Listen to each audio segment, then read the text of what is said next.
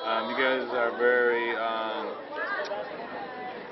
thorough in making sure this building is safe before we can go back into it to move on with our lives. This is the second fire, or I guess there was a false fire alarm, and then a false okay to go back in the building.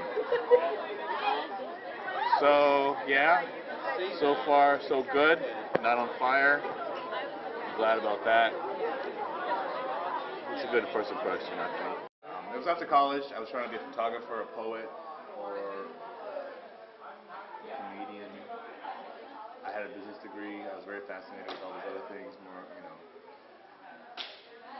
psychology, poetry, and photography were kind of the biggest subjects I was interested in school. But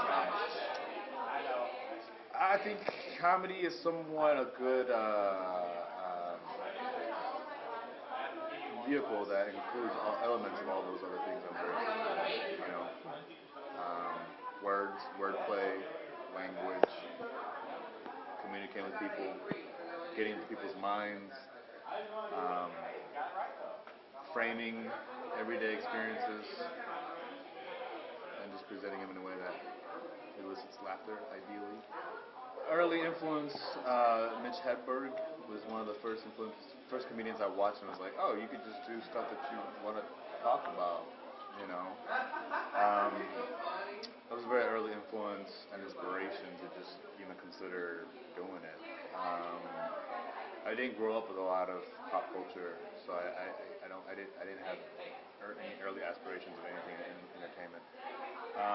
But now I'm very inspired by a lot of comics out there. I try to seek out good comedy that helps inspire me to want to push harder, stay original and move forward. The whole art of comedy, I guess.